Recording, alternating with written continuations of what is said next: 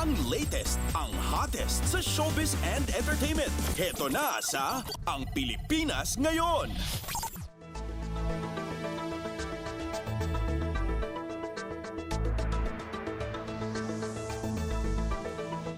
Hello! Magandang araw sa ating mga chismoso at chismosang nag-aabang ng mga trending na balita sa mundo ng showbiz.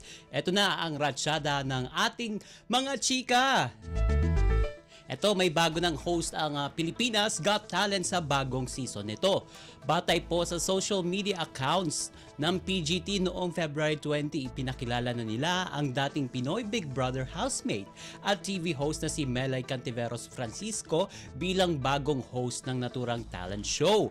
Makakasama ni Melay sa bagong season ang TV host rin na si Robbie Domingo at kapwa first-timer ang dalawa sa pag-host ng ganitong uri ng programa. Sa Instagram, nagpasalamat si Melay sa Diyos na may experience niya ang pagiging host ng naturang talent show. Inamin niya, wala sa hinagap niya na mabibigyan ito ng pagkakataong maging parte ng Philippine franchise ng British talent show. Kasunod niyan ay pinasalamatan niya ang lahat ng naniniwala sa kanya at nangakong gagawin niya ang best niya. At sa inyong kaalaman, mga kachismi, si Tony Gonzaga, Luis Manzano at Billy Crawford ang mga nagsilbing host ng nagdaang 6 na seasons ng PGT. At kung matatandaan, taong 2018, nang huling umere ang PGT na ang itinanghal na winner ay si Cristed de Catalina, ang spiral pole dancer mula Antipolo sa Rizal. Samantala unang umere ang show noong 2010 at ang nagwagi niyan ay ang yumaong singer na si Jobit Baldivino. Ang latest, ang hottest sa showbiz and entertainment. Heto na sa Ang Pilipinas Ngayon.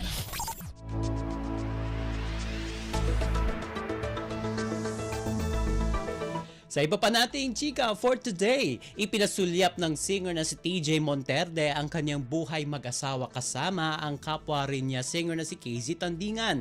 Inamin kasi ng award-winning singer-songwriter na talagang kulang na kulang ang naiambag niya pagdating sa kanilang mga gastusin sa bahay mula nang ikasal ito kay KZ. Unang bungad ni TJ, medyo matamlay ang career nito noong kakasal pa lamang niya kay KZ at wala pa itong masyadong trabaho noon. Kaya humiling ito na babaan muna ang kanyang talent fee, maging visible lamang ito sa publiko. At syempre, kinilala naman ni TJ ang effort ni KZ sa kanilang pagsasama. Sabi niya, quote and unquote, KZ, she's always been KZ. She's always been there knowing na I'm the head of the house. Ako yung lalaki. I felt like I should be the provider but she never made me feel that way, not even once.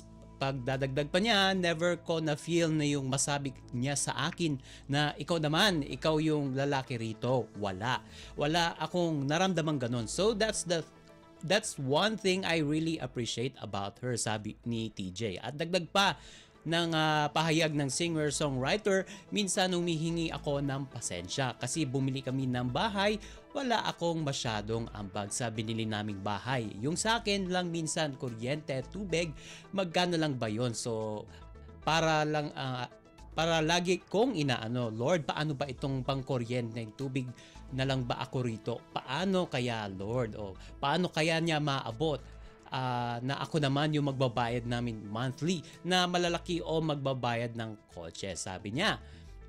Pero dagdag pa ni TJ, she never made me feel that way. Lagi niyang sinasabi sa akin, okay lang, parang darating yung time, may tiwala talaga siya sa akin. Darating yung time, sure na maano mo yan, bibili mo ko ng bag, bibili mo ko ng Chanel, saad pa niya. At syempre, hindi raw siya iniwan kahit kailan ni Casey sa kahit anong laban ng buhay. Sabi pa niya, I really felt na noong times na kailangan ko siya ay nandoon siya. And yung manner niya of handling it na never ako na insecure. At syempre, ipinagpasalamat ni TJ kay Lord na medyo naiba na ang takbo ng kanyang buhay at career. Sabi niya, parehas na kami, nakakapag-share na ako kahit papaano, nakakapag-share na ako. Kasi prayer ko yung time nung time na yon. Lord, sana ako na yung makapag kahit monthly lang ng bahay. Ang galing ni Lord. Ngayon, kaya na. Sabi pa niya, I can say I'm blessed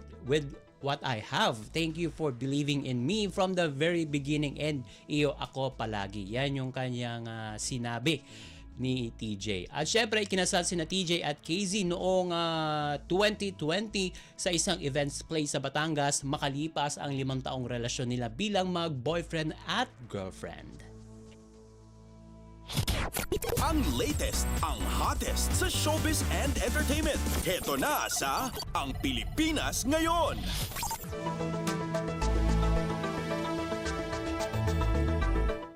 At sa uli natin, chika, for today, tila binigyan ng sorpresa ng It's Showtime ang mga viewers nito sa pagbabalik ng co-host nilang si Ann Curtis matapos ang birthday nito noong February 17.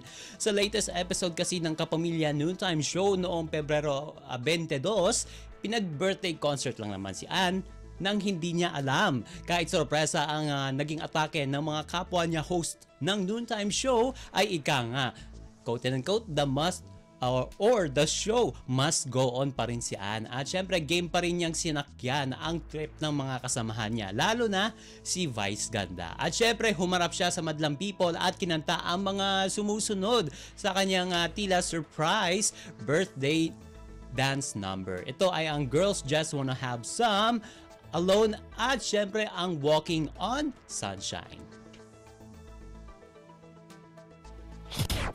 Ang latest, ang hottest sa showbiz and entertainment. Heto na sa Ang Pilipinas Ngayon.